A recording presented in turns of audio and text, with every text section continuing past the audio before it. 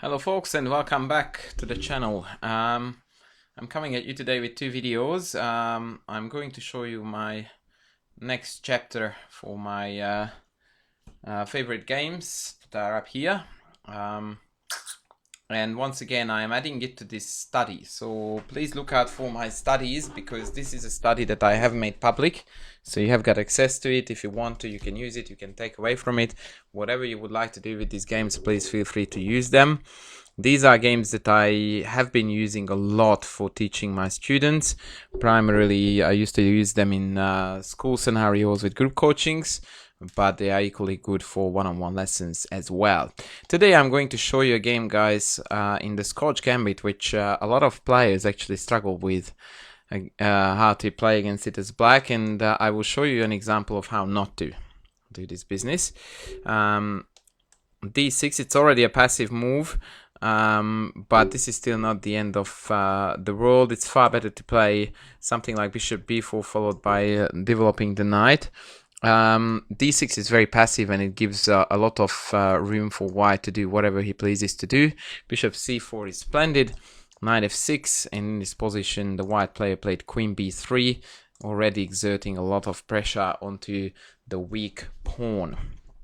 Now please know that in this structure knight a5 is not really that efficient, although I believe it would have been actually far better than the game continuation, because if bishop takes f7 check, king e7, and in this position I have got a variety of moves to target the knight, and after king takes, queen takes, white has regained the pawn. But at the same time, due to the lack of the wide squared bishop on the white side, it's difficult to exploit the weakness of the king, and in the long run the power of the two bishops might tell.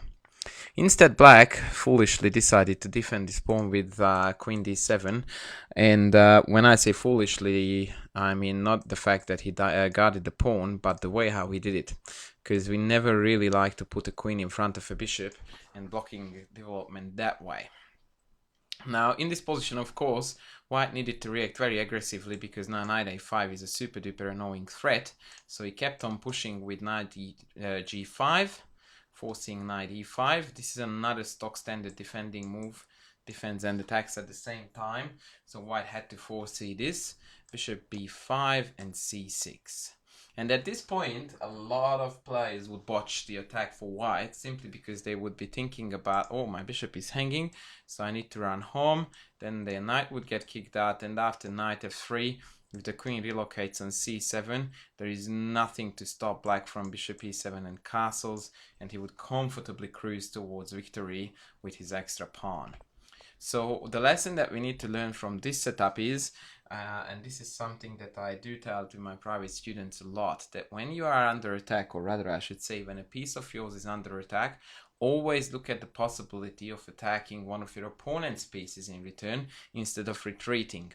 For example, right now pawn f4 seems to be a super tempting move, because if takes, then we can eliminate the best defender, and as a side effect we are opening lots of files and diagonals, whereas if the knight goes, then the bishop drops back, and now the f7 pawn is fatally weakened. So the game continuation was actually take, take, take. Now in this process, please note that we lost yet another pawn on e5, but what we have achieved was that we opened up the F file, we opened up the D file, we opened up the C file. That's huge already. Plus, after bishop e3, we have got a completely developed army versus an army that has one piece correctly developed, and that is actually worth easily 2 pawns, especially in such an open scenario. And as a side effect, still we have got this very annoying threat, which now is combined with rook d1, so black's days are not really looking too happy, not the upcoming few days. Alright, black played a6, which was another very poor move to defend the pawn, but please note that if you want to demonstrate a very good game for one side, the other side normally would have to contribute a little bit. Now white keeps on playing very powerful and energetic chess the way it needs to be done. Rook d1, another guy joins the party, attacking d7 queen, and the queen needs to stay inside of the f7 pawn, because otherwise it's mate in 1 next. So he played queen e7, and once again this is a moment where I would pause if I taught this game or showed this game to a student of mine, and I would tell that this is definitely the time to strike, because now our army is even more developed than before. The black army hasn't improved at all, and it's very difficult to imagine that we can improve on any of our pieces and put them on better squares than when they are. So we are looking for tactical kills. And shortly we find out that no captures, checks and captures work, and so we move on to threats. We can't create a mate in 1 threat, but we can attack our opponent's queen, which is our second favorite threat, and we realize that actually queen takes is impossible due to the mate on f7. So the queen has to go again. Queen c7 is an only move. And now we need to keep on chasing this queen again. So bishop b6 is a very obvious continuation. Just bear with me for a second, please. Just realized that the variations are not in the right order, so this needs to be the main line. So bishop b6 is a fantastic move. Now we are attacking the queen, and more importantly this time we are also covering the d8 square, so we can already see that this rook has a potential to come back up here. Now after queen e7 we have a very simple mate in 2, rook d8 check, queen takes, and mate. Not taking the silly queen, mate. That was the whole idea with chasing the queen away from the 7th rank.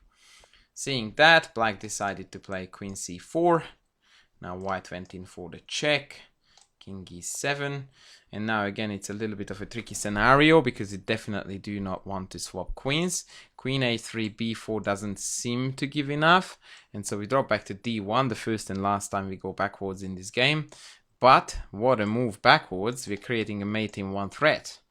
So that should count as an aggressive move really, because by retreating here, we just created a threat that is about to decide the game to our favor. Now, the only decent looking way for black to stop the mate was to play queen c6. And once again, we arrived at our next tactical opportunity. Once again, the black army in the last 5 moves simply hasn't done any improvement. It couldn't achieve a thing because it continuously had to dodge punches and strikes aimed at the king and the queen.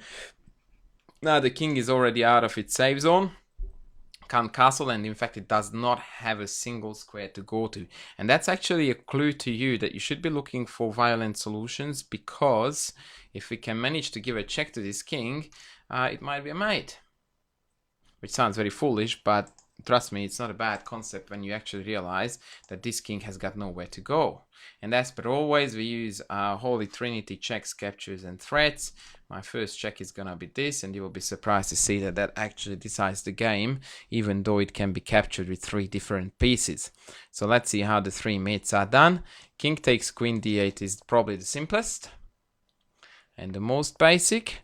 Knight takes bishop d8 is a stunningly beautiful one. Please note that queen d8 is also possible, but I like beauty.